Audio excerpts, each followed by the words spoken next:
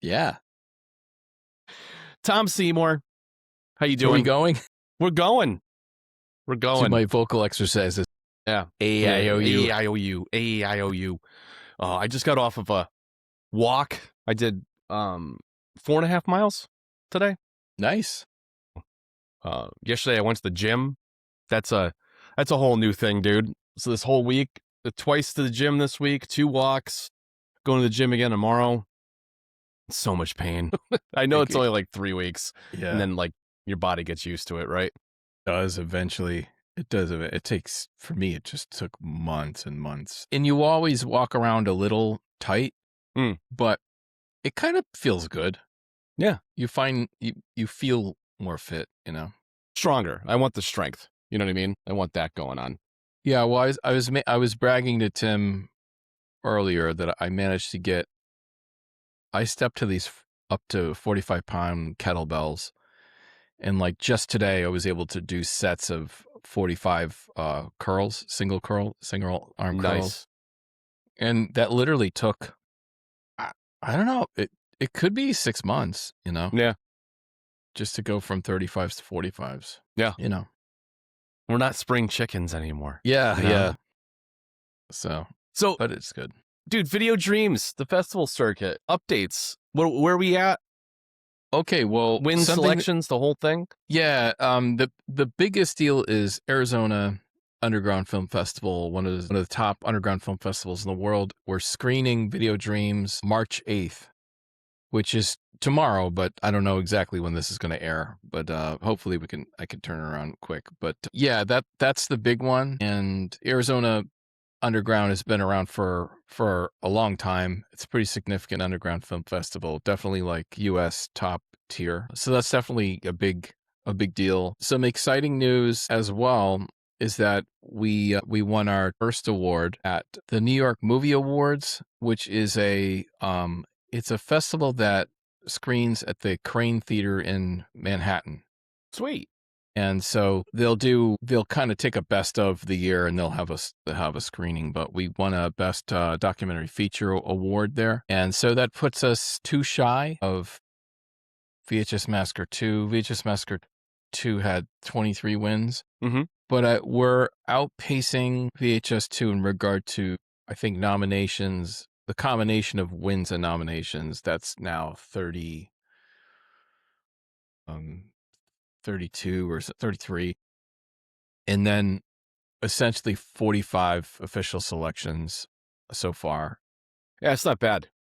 Yeah, I think our kind of stretch goal was to hit 50 cities, which yeah, for those of you listening out there, you know, this is like, if this is of interest to you, that in our festival run, we were basically trying to get awareness out of the film so that, you know, to play at hopefully, you know, credible film festivals, but then also when it hit streaming, people would know what it was. So that the initial goal was 40 cities, to screen in 40 cities, and we surpassed that, and so we're on our way to our 50 official selections. Yeah, and I mean, the festival submission versus official selection versus wins is a pretty decent ratio right now. Yeah, you know, we still have 20 something. 20 exactly. 20. Well, technically, I still have to enter Smodcastle. That's Kevin Smith's. That's going to be last one we enter. That's soon, right? It opens up, I think, in the next month or two, and then it's the waiting game. But yeah, so what is interesting is we've played in one in some of the top underground film festivals in the world. Melbourne, you know, Torino Underground, biggest Italian, CineXS, largest genre film, one of the largest in the UK, and San Francisco Indie Fest. And so we're in a situation where, and I'm sure I missed a few great festivals, the BFA qualifying, Spirit of Independence, some very significant festivals. In order to take that last step and maybe have the brass ring of being sort of let's say a top tier voice in the underground film world, there's really only one path for us, and it's to get into one of these 3 remaining film festivals. Raindance, that's a BAFTA qualifying Academy Award qualifying film festival. It's not exactly the underground route, but it's so big that it would raise the profile of the film. In regard to like almost like artistic, avant-garde, academic, or just street cred, Chicago Underground would be the brass ring. That would put us in my opinion, in like top tier world. Yeah. That's this month sometime, right? I think is it late this month maybe? And then the other one is called Cuckalorius in North Carolina. This is it's very well respected. It would almost, you could say it's top tier in regard to experimental. It's not exactly pure underground or cult, you know? One of those three would change the game. There's another path, which would be like if we got into like Smodcastle and, Kevin Smith's thing, that would be a different kind of indie film credibility. Couple that with maybe Trauma Dance, and maybe that concoction. But that's, so there's only a few ways to sort of top what's going on now, So to me, it's been fascinating. I think we definitely can claim it's one of the top performing underground documentaries of the year. I think we can claim that like pretty easily. And that path, the Underground Film Festival path, is something that none of the previous ones took that journey necessarily. You know what I mean? Like there's definitely, it's definitely resonated differently this time, this particular one over the VHS 1 and 2 for sure. Well, another thing that happened too is that Film Threat reviewed us and gave us this like incredible 9 out of 10 review. They said that it's essentially, for a filmmaker, this is absolutely a must see, and it's like a textbook example of documentary filmmaking independently. So it was like super high praise. I really didn't expect it. I was like, oh dude, I was relieved, because you never know what's going to happen with a review like that, right? It could have gone real bad. But no, it was great. It called it, quite a gem, which was just nice. Yeah, really nice top on. Like everything about it was great. Everything about that review was great. Yeah, so so thanks to the Film Threat staff. It was Benjamin Franz who wrote the review. And yeah, special shout out to him and Chris Gore and Alan NG. I forget how you say his name, but anyway, yeah, that was really cool. So there's been some really cool stuff that's happening, but I would say, yeah, we're in the final stretch, and we're either gonna we've hit like this second or third. Really, this is a third wave. We actually got into this thing. I think I'm not going to post about it, but the Savoy Luminaire Film Festival. Mm-hmm. I forget where that is, but we got into that one. And then we have other screenings coming up. I can go through those real quick. Yeah, sure. Always, besides Arizona Underground tomorrow, Always Late TV Movie Awards. That's March 21st. Atlanta Documentary Film Festival. That's another big one. That's going to be online, actually. When that posts, that's going to go March 21st, March 23rd to April 6th. I'll post about that because it's because you could watch it online. It's virtual. It's not geolocked. You can watch it. It's geolocked to the U.S. Okay. Doc Only Film Festival Copenhagen. I don't know when that's going to premiere. And the New Filmmakers New York. That's going to be more of a summer thing. Okay. To be announced. And yeah, I mean, in New York, I think we've gotten into, I think it's 5 festivals and contests. It's surprising what a tough market New York still is, even if you've been here for a very long time. Right. But yeah, shout out to the New York Movie Awards. That was awesome. Shout out to New Filmmakers New York, Bill over there. So yeah, I think that's pretty much it. Yeah, we're kind of like, it's like, you remember in middle school and high school, you had to run the mile and it was like 4 laps around the track. This is like that last lap, right? Yeah. Like run that last rung of it. We're like halfway through it and it's spread out a little bit. We're a little tired. Like, it's towards the end of all the stuff. And I think July or August is the last one I think, if I'm not mistaken, for us to get yay or nay on. So we've still got another like 5 or 6 months ahead of us Yeah, until we. you know what, the Cuckalorius one is September. Okay. But I just that's a new entry. But yeah, September Yeah. 17th. Yeah. Yeah, and I actually, so Cuckalorius is in film terms, they also call it a cookie. It's like when you're so if you ever watched a movie and a character walks by and there's like a shadow of a window against the wall, or like, let's say, shadow of tree leaves, those are cookies. Essentially what you do is you take large piece of cardboard or what have you. You cut out patterns and then you stick it in front of the light, and when you do a set light, meaning you're lighting the back wall, it could look like foliage or a window or stuff like that. So anyway, their film festival is called Cuckalorius, which is just funny. It's an interesting name. Yeah. Yeah. Yeah. That's wild. So we're at the tail end of this. We're rounding the last lap, and at the same time, we're doing what we normally do, which is ideating on the next big project. We had. Can I talk about this? We Yeah. had an interview Yeah. last week. You want to talk a little bit about that?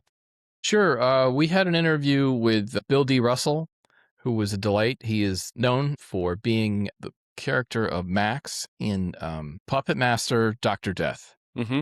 Which I don't know if it's exactly the 15th Puppet Master movie. It could be the 14th or 13th.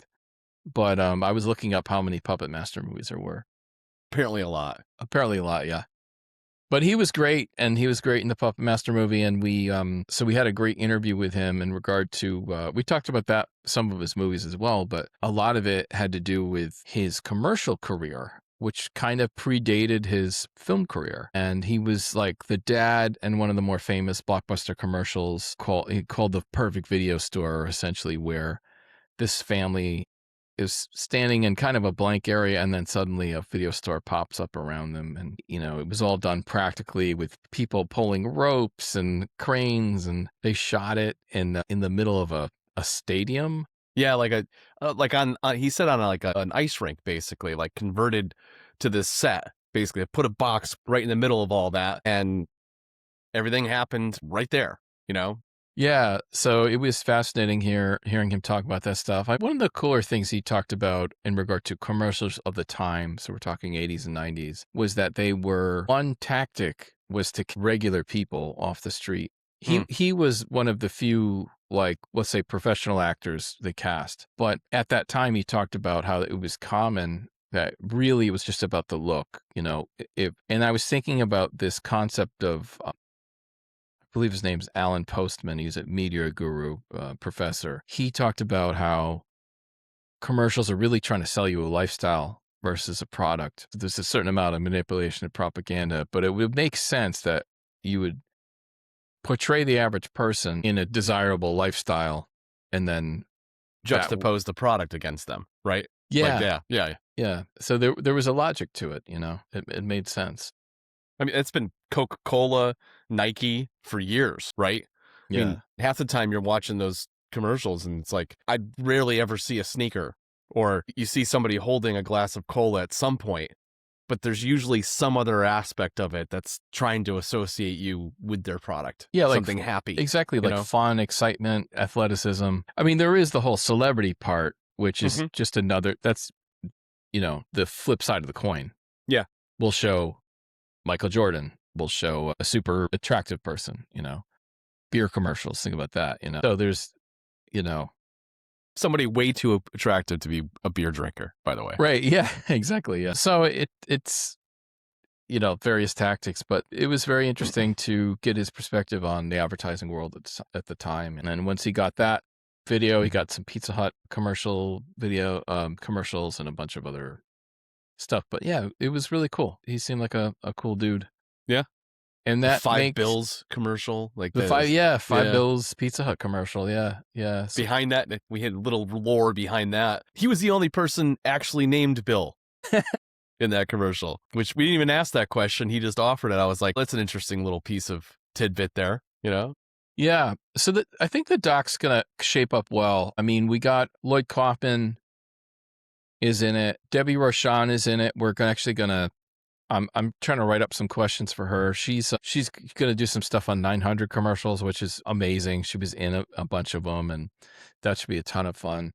So just so our audience understands, especially for the younger side of the audience, like maybe people in their 20s, that was a thing. Like, I mean, we could talk about this, like basically pornography, right? Like back in Well, the day. it Or was was it like sexy flirty. talk or whatever? Yeah, right? it was. Right.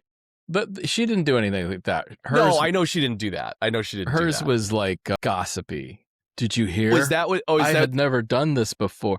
That's right. There were different flavors, right? There were different flavors in 900 commercials. Like you had basically 900 numbers were automatically billed to you long distance when you called them on your landline, and it could be for anything. It could be for sexy talk. It could be for, you want to hear a celebrity's voice talking to you. You want to hear, I don't know. It's like you want to hear SpongeBob SquarePants or something like that. And they would market this stuff to kids and stuff too. And then the parents would get this bill at the end of the month. They're like, who spent $700 on long distance? I did one of my neighbors told me about this Freddy Krueger one, and I didn't know any better. He didn't know any better either. He told me about it. I called up the number and I would listen to it. And it's Freddy Krueger telling horror stories. Right. And my mom got this huge bill and she was like, super upset. The hell? And I'm like, I had no clue. But yeah, it was purely marketed towards kids, really, So that's a whole phenomenon. And I've had it mentioned, so the doc's called Enter the Television, and it surrounds mostly commercial, but some independent television as well. So it should be an interesting watch. Yeah. That whole era, because like those, and again, those were like during a really conservative time with the FCC. So those didn't air until after 11 p.m. Right.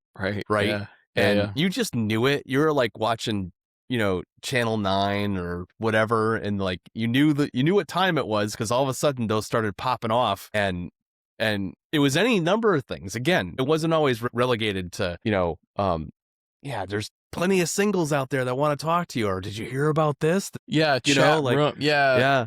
James talked a bit about chat rooms, So anyway, I think it's going to be a lot of fun. A few people I think I still want to get involved is John Brennan from The Last Drive-In. He showed interest in doing that. I got to figure out an angle with him, what to ask him. But he was on Last Drive-In, and which is streaming television. Then the Rhonda Shearer is YouTube. So it might be cool to talk to him about modern TV, if you will, even though it's not technically TV. And then probably Mike Oransky, because he's in marketing, Yeah. So Yeah, he has a lot to add to this, for sure. And the story's definitely brewing, right? All these explorations, all of this back and forth and discussing various aspects of commercials have really kind of started to lay in the foundation of what the story is going to be. Ultimately, it happens on the editing floor. It's built. Yeah. It's really made. These things are essentially made in the edit. It's not really very different from a narrative film. Yeah. But and based on where you lay it into the timeline, it could tell it's a completely different story. And I think that's what the biggest challenge is, right? Like you've got to do a rough cut of 20, 30 minutes of it and see if that stands, and if you can expand upon that, or if some other narrative has to be wrapped around the thing in order for that to work, or move parts around. I'm sure that over the years with the various docs that we've done, there has been a lot of manipulation and moving around. It's like, this doesn't seem like it fits up front. It's more down the timeline. They're not scripted in a traditional sense. I think one of my talents is that, so if I go back, I used to do these trailer mashups. They were pretty successful mashups, but the reason why I was able to do them is because I remembered individual shots from movies. So I could make Batman look like he's fighting the other Batman. I could make James Bond look like he's fighting the other James Bond, because I remembered which scenes they were in. Okay, satellite scene of GoldenEye had similar backdrops to beginning of Casino Royale chase scene. Mm-hmm.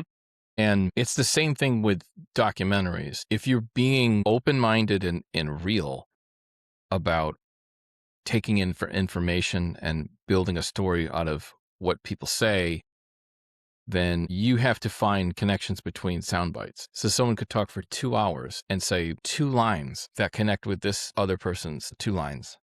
And you have to put those things together, and then you just have 2 pieces. And from there, you build the thing out. That's why it takes a year or 2 to do these things. There's not a linear progression, at least not in my mind. It may look that way in the end, but, it's all piece by piece by piece, So it's fun. It's like, Discovery. yeah. Like every clip is a discovery, right? It's like, I discovered something that ties this to this to this. Yeah, I'll literally I'll tell Tim, I'll be excited. Oh, dude, I figured this out.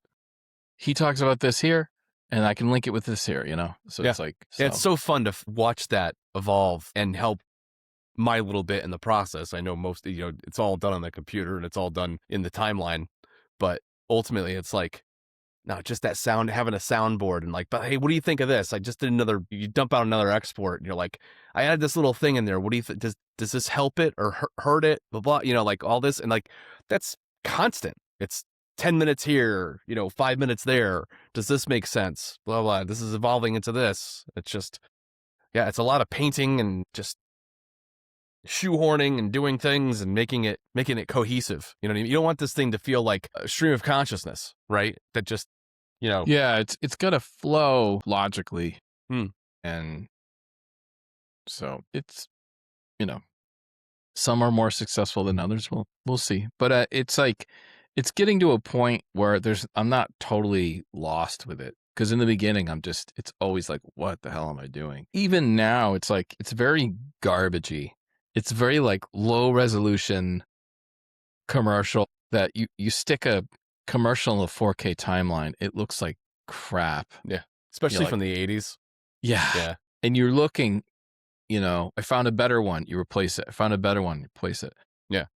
Yeah. Early 80s. I mean, some of the local commercials were shot in like super VHS, right? Yeah. Yeah, sure. So, I mean, not a lot of information. Not great. What is that? 360 or yeah, I was just going to say 360 by something. Yeah, 240 by 360, I think. And then SD was 640 by 480. So yeah, Super VHS was not even SD, I don't think. And then yeah, but it's definitely interesting. It's like, you experiment, how can I make this not look like crap? So you create a television set to stick the video in. Mm-hmm. And then I did that. And then you want to conform them all. But then there's this one that still looks terrible. And there's no choice. There's no other choice. So what do? You shrink down the TV so that it's even smaller. And then you're wondering, is anyone going to notice the size difference? Like, are they going to think it's a mistake? It's right. Like, it's all that kind of mind games, Yeah. But I think that like, that's a creative way to articulate that it's something from the past and it solves a problem on screen, but artistically it solves the problem. You know what I mean? Like, yeah. Like you're seeing this emulation of an old school cathode ray tube television set with a commercial in it. It justifies you making it small within this large widescreen format movie. Right. Yeah.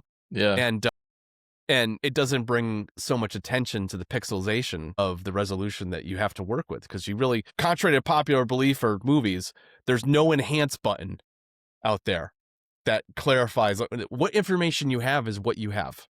You know what I mean? There's some AI tools that I've experimented with, and it's bizarre. Like, it doesn't help. Like, it makes everything, it won't track properly. It looks terrible. Mm-hmm. So, yeah, there's nothing really right now that can, at some point, AI will just be able to ingest a whole film and like recreate it almost. But I don't think. But even that's yet. guesswork. You know what I mean? Yeah. That's not. How does it know what information isn't there?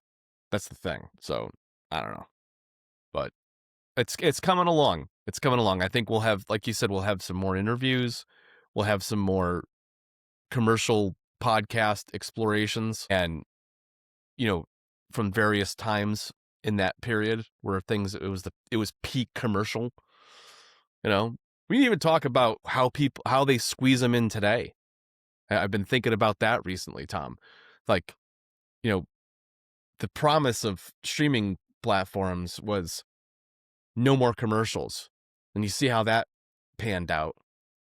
Most Yeah, of they them just can't make offered it another work. tier. They offer Yeah. another tier that's like, oh yeah, for an extra $5 a month, we won't bother you with the commercials that are now a requirement. And it's like, oh, that was the whole reason I got away from cable though, guys.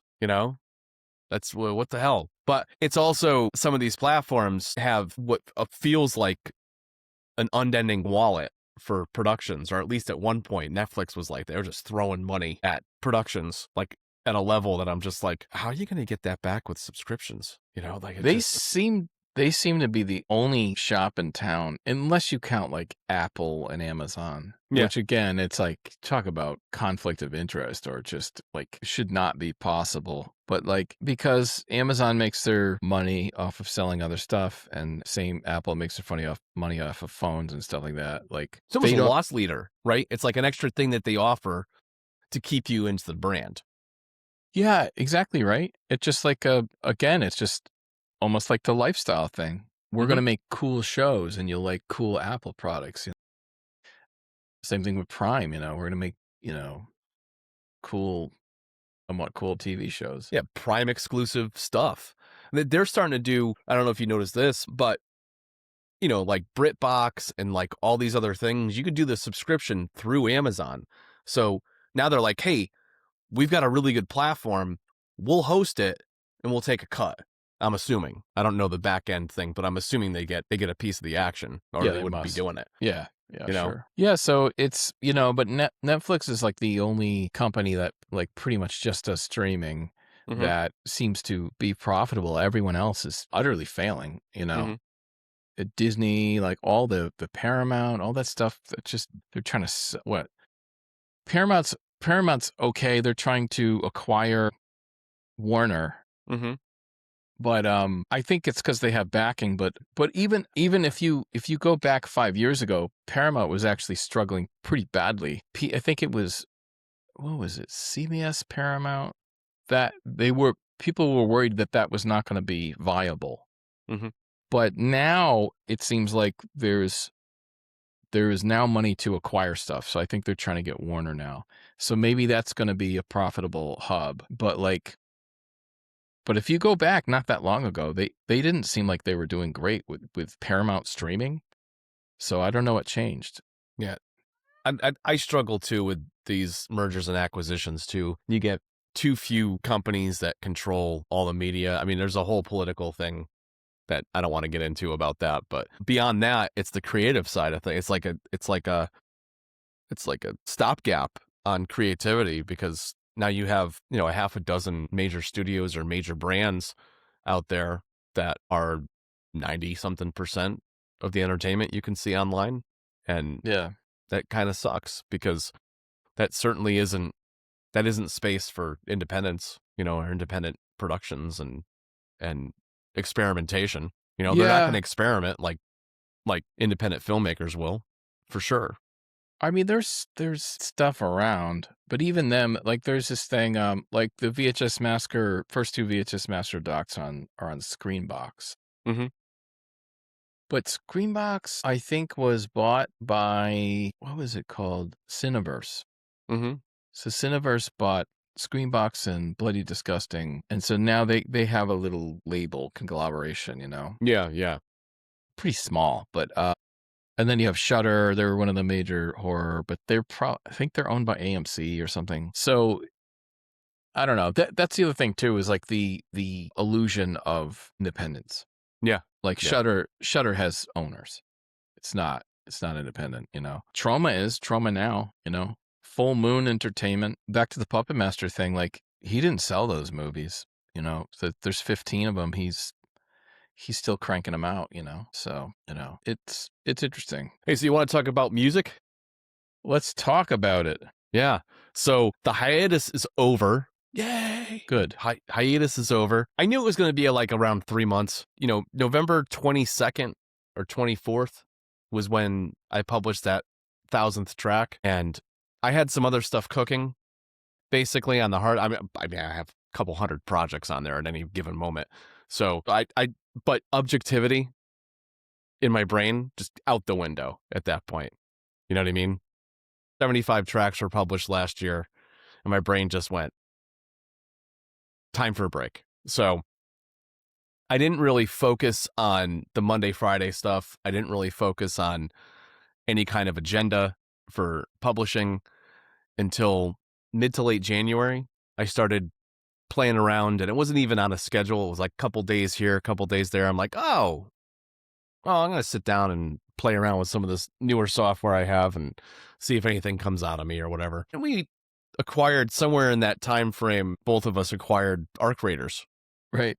And started playing that. And that game had a huge learning curve up front. In fact, I reached a certain point about 20 hours into it. I wasn't sure if I wanted to play it because I wasn't sure I understood the concept and everything. Just so people out there that don't play it and don't understand it, it's a extraction shooter. It's PvE, PvP. So that means you have, non-player enemies, but you also have other players that could be friendly or not, depending upon what their gameplay style is. So there's a lot of high stakes. And because of that, and it's an extraction shooter, so you have to like go out there and find stuff and whatever. But there's like this minimalist kind of score to the whole game that grows on you. There's the insertion process coming back when things get tense out in, when you're out there going around trying to scavenge for things. And it really started getting in my head. And I started thinking to myself, it might be fun to do a compilation of these or an homage, like not exactly like the game, but like something that has some of this movement and momentum in the music. Very, very low key and more ambient sounding things, but like with a little action at the same time. It's hard to explain how that score is, which is why I think I'm fascinated by it, because it kind of does a lot of things without doing too much. Yeah. If that makes sense. It's definitely not a foreign thing for you because it's definitely, I would say, 70s inspired synth. Mm-hmm. And we talk about Vangelis and Blade Runner and all that stuff constantly. So I think when we started playing it, we noticed the music. Oh, this is really nice, Yeah. So it's definitely within your wheelhouse, Yeah. Not to mention the sound effects and the visuals in the game are just stunning. Sound design is gorgeous. I think back to what you were saying about playing Arc Raiders. Tim, you were like, there's some new games. We should check out these two. And you do that every now and then. They just take, because we found Remnant 2 that way. And anyway. Yeah. That was a great game too. And that was great. Yeah. But you're like Arc Raiders and there was another one. So I was like, I picked one. I was like, all right, I looked it up a little bit. I was like, okay, I'm going to do Arc Raiders. I think you already bought it. Yeah. So I started playing it. I'm so used to like Fortnite or Far Cry.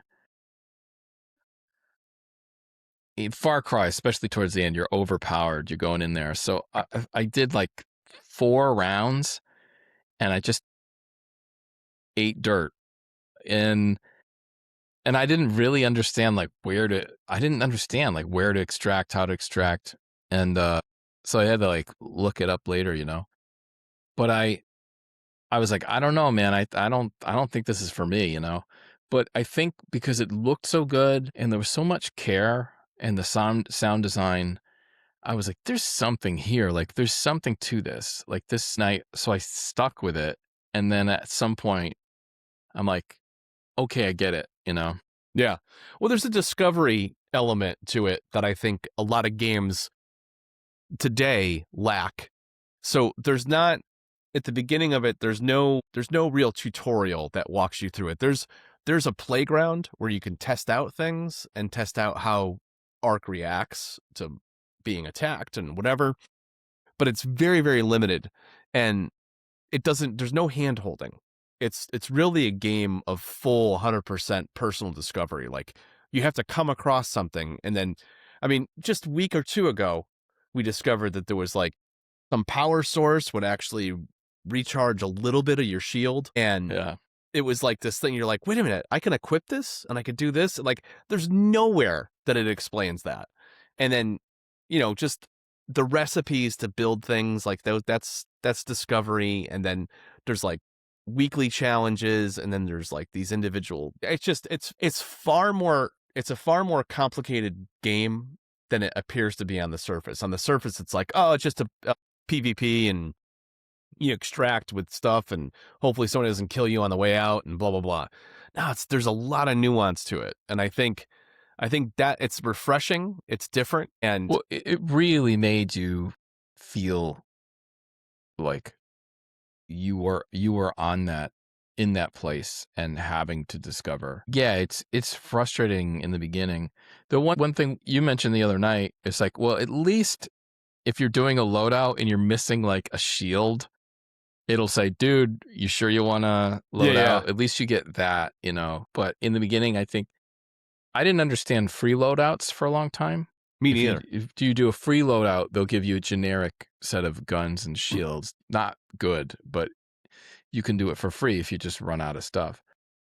I didn't even understand that in the beginning, so I was dwindled down to nothing. Mhm. So I was going in naked, and I was like, well, I'm just gonna try to run to a hatch before I get killed. So I did that. I actually found a gun, and then I ran to a hatch and I extracted, and I did that a couple times. That's what I would say. If you're starting out with Arc Raiders, map the closest hatch and just get a few extractions in. Just feel it out, because I didn't get that for like 5 rounds and I was about to just like quit. You know what I mean? Yeah, because like you're like, okay, I don't get this at all. I'm losing all my stuff. And what's the point of this game if I can't bring any of this stuff back to what's called quote unquote your stash? And there's all this process of building that up and having more space and everything. It's like inventory management meets first person shooter meets open world meets. It's just really kind of cool stuff. So that's a huge arc to explain why I got remotivated to write music. I've got now like 11 or 12 tracks that are in the review stage, actually in the walk today. I listened to all of them. I'm going to be doing it again tomorrow and then throughout this week and start, adding some other elements to it, pulling some things out. I can tell where there's like a few extra notes here and that kind of thing. So that's the stage I'm at now with it. But that's on the agenda. I had a podcast with Kelly Clark of Dork Tales a couple weeks ago. And one of the things that he told me he really wants and needs, I'm really excited to make surf rock from back in the day. I've never done that. And I listened to a bunch of surf rock on Spotify a couple weeks ago. And I'm like, this sounds like it would be fun to make. Like, this is just like old schooly, like just fun. Like, I mean, you think like the B-52s or some of the more moving Beach Boys stuff that are, but like that like one note, heavily like Leslie speakered and reverbed guitar, like, or like, another one would be a good example. It's kind of surf rocky is Cake. It kind of has that surf rock feel. It's definitely that and some like alternative rock mixed together. But I've got to figure out the instrumentation. So I'm going to build that after this one's finished. I'm going to be creating some ideas on that and building templates with all the instrumentation and just playing around with it. D&D as well. I'm revisiting some of my D&D, so big orchestral pieces, specifically D&D with like an emphasis on like Warhammer 40K and marches and stuff. So big pieces that go on for a while and like basically like battle, backgrounds, that kind of thing. So revisiting that. And then also for Olivia over at Via Frequency, I'm focused on meditation, some frequency specific stuff that deals with patches that are going to be like at a specific frequency and building music around that. So there's a whole science behind frequencies and how they affect health and all that. And I'm going to explore some of those things. So those are the immediate projects that are coming down the pipeline. But I also have updates on distribution. I'd been with DistroKid for like, God, I think like 5 years now at this point. And anybody that doesn't know what DistroKid is, it's a digital insertion, basically, company that you pay a fee every year. And you get to retain any of the royalties you get from where it inserts your music into, and it puts it into social media, it puts it into Spotify, Apple Music, Amazon, all that stuff. But because the price point's pretty low, there's not a lot of customer service. And because there's not a lot of customer service, and whenever things come up and we create a problem, there's some default things that happen on the platform that are counterintuitive to building a brand and a catalog that gets used as wide and far as possible. So I made a decision after the 1,000 tracks to change distributors. It's in process right now. The new distributor is going to be Frequency Music, and they have almost 3 times as the DSPs, the digital service providers, to infuse the music into, including, get this, my music will actually be in Canva. So if you're Very nice. editing content in Canva, you'll be able to select my music on that platform and insert it into videos or whatever you're doing, and it's directly from there. So now it's encoded, or however they do the thing, so they know you're using it properly and everything. So it's really, really cool. And so, but literally it's going to be in a lot more places that it wasn't before, and I'm excited about it. Yeah. Very, very excited about it. That's going to be fantastic. Yeah. Yeah, no, I know we, can't talk about everything, but yeah, Tim's making some big moves. Well, wait, can we talk about the shark movie? Yeah, I guess so. I just talked to Ron Bonk back and forth the other day. I don't know if it's on IMDb yet. So Tim and I dabble in producing from time to time outside of our box. Tim's produced a number of horror flicks and stuff like that. But one that caught our eye was Emotional Support Shark. So great.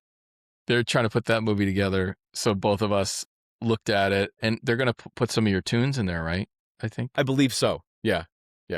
And then, so we're, coming in as producers on that one. So that should be fun. I don't know how they're going to pull that off.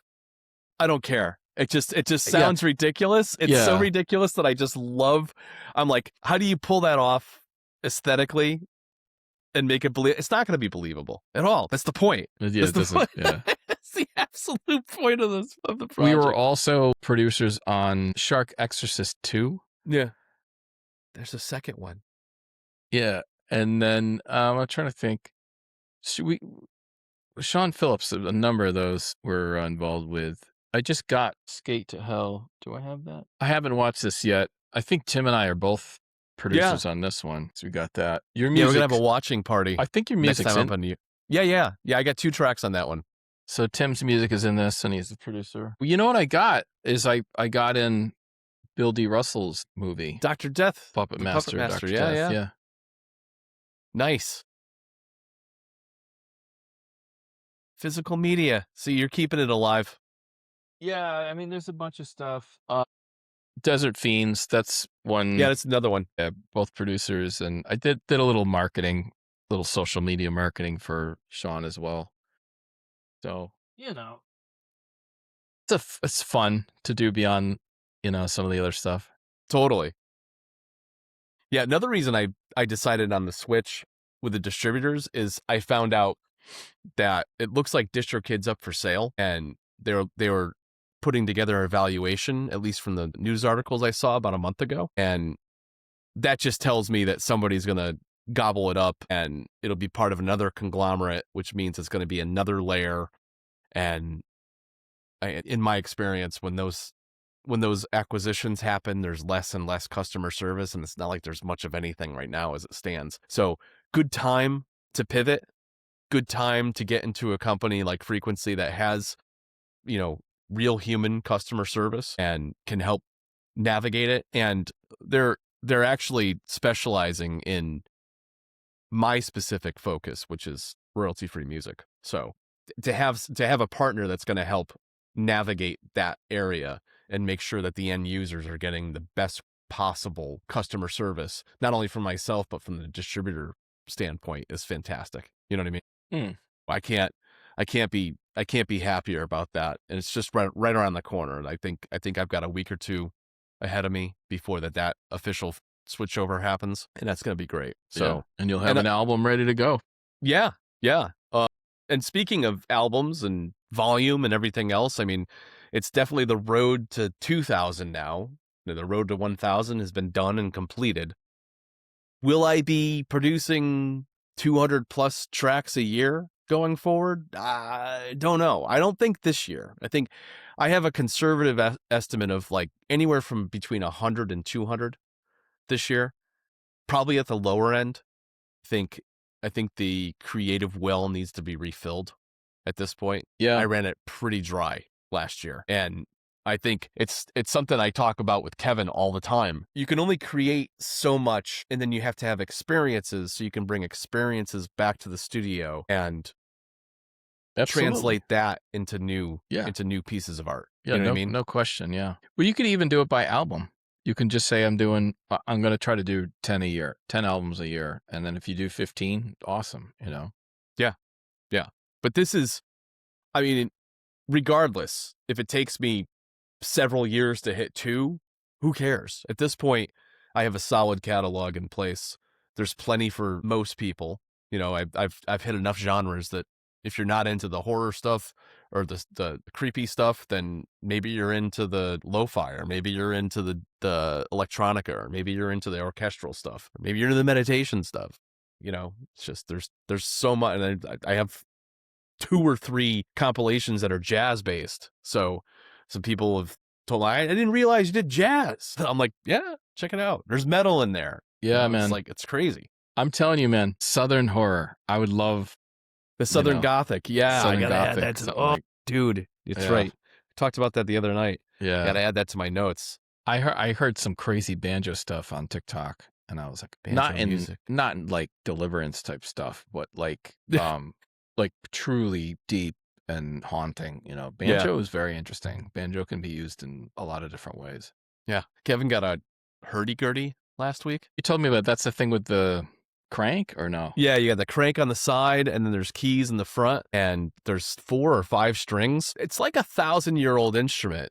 Like, not the one that he got, but like it had been around a long time. And I looked at the engineering of it, and I'm like, dude, who thought this up? That like, I mean, you're talking like Crusades time. Somebody is like, I'm gonna make this instrument that you crank around, and it does this wheel, and it's got this drone.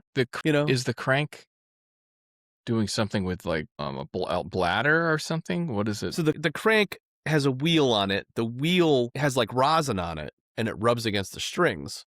So there's a couple strings that are drones, and they're all octaves of each other as a standard. And then there's 3 strings that when you press the keys, you create chords or melodies from. And that's where you get that, like, you get this underlying tone, but then this top end thing, it almost sounds like, it's a cross between an accordion and a violin, I'd have to say. Like, it feels like that. If you've ever heard it, you've probably heard one before, but didn't know what you were hearing. And probably had some Celtic vibe going on to it, or Old English, like jigs, you know, like folk music, that kind of thing. But really fascinating. Really fascinating instrument. Definitely something I'd rather do here, because it's super complicated, and I would rather emulate it in some other fashion, but fascinating to play and mess around with, you know. Nonetheless, it just, again, other things to get exposed to get some ideas going forward. I'm sure I'll jump into a couple genres I haven't touched yet. I've been talking about polka for years. Probably do that at some point, just because why not? Why not make polka? I do have a Polish last name, so. Oh yeah. Kulig, yeah. Yeah. I like it because I can use almost all your, I mean, I can use a lot of your stuff. Like the Arc Raiders album. Mm-hmm. There's a few of them that are like contemplative enough, not enough, but they match what I'm doing with the Enter the TV doc. So it's very interesting. I'm experimenting with using one of them. One of the ones is a little horrifying. You got some. It's really fresh sounding. It's one of the last ones you sent me. Okay. And there's a story of the Pizza Hut commercial, the Noid, and how this guy, I think Kenneth Lamar Noid, was the guy who held up a Pizza Hut because he thought the TV was talking to him. Right. He had some mental issues. And I think it works. If you put some of that stuff, it's almost horror underneath it. It actually, Really? I think it will function. Yeah. I'll have to re-narrate the whole thing, but yeah. Yeah. It's funny. I talk about this to a lot of people that are exposed to my stuff. And I always tell them, like, especially people that approach me and they're like, well, I'm going to use this track, but I only want to use part of it. And I might slow it down, or I might like use this part here and then use the intro after it or whatever. Is that going to be a problem? I'm like, dude, your interpretation of how to use my track, I absolutely adore, because Eric is a perfect example. Eric layered like multiple tracks of mine in Shoot the Guns too. Mhm. And in a way, like, and when I listened to his first edit of it, listen to the music in it, I was like, dude, I never would have put those two things together. I'm like, hearing the interpretation of somebody, I'm like, this is fantastic. I love this. It's like discovering my music all over again, Yeah, it's really cool stuff. So I guess there's some people out there that are really strict and stringent on how somebody uses their track. Yeah. I just never felt that was conducive to getting a wide reach on your catalog.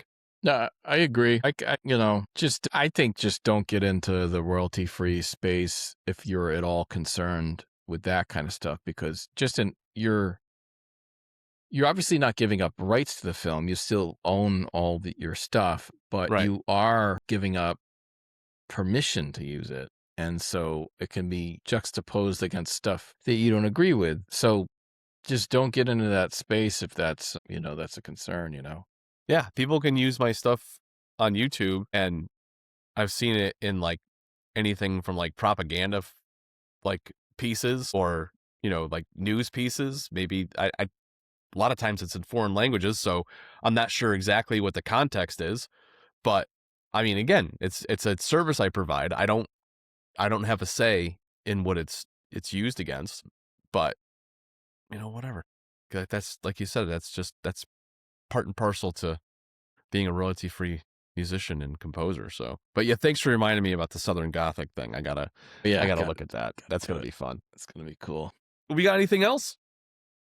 I think that's about it. I hope Arizona Underground goes great, and thanks to the New York Movie Awards, and looking forward to you publishing that Arc Raiders album. That's pretty much it, It's coming. This is our first podcast, by the way, in like probably over a month. The last one we had was actually when we were in San Francisco. Yeah. We haven't been able to connect on this for a few weekends, so I was excited about. I was like, yeah, we got to get this done, man. We got to get back on camera together. So absolutely. So yeah, it was we were overdue, and we're gonna have joint ventures more frequent going forward. Absolutely, with the podcast. So, but thanks everybody. Thanks for checking in today, and we'll give you more updates on all the things real soon.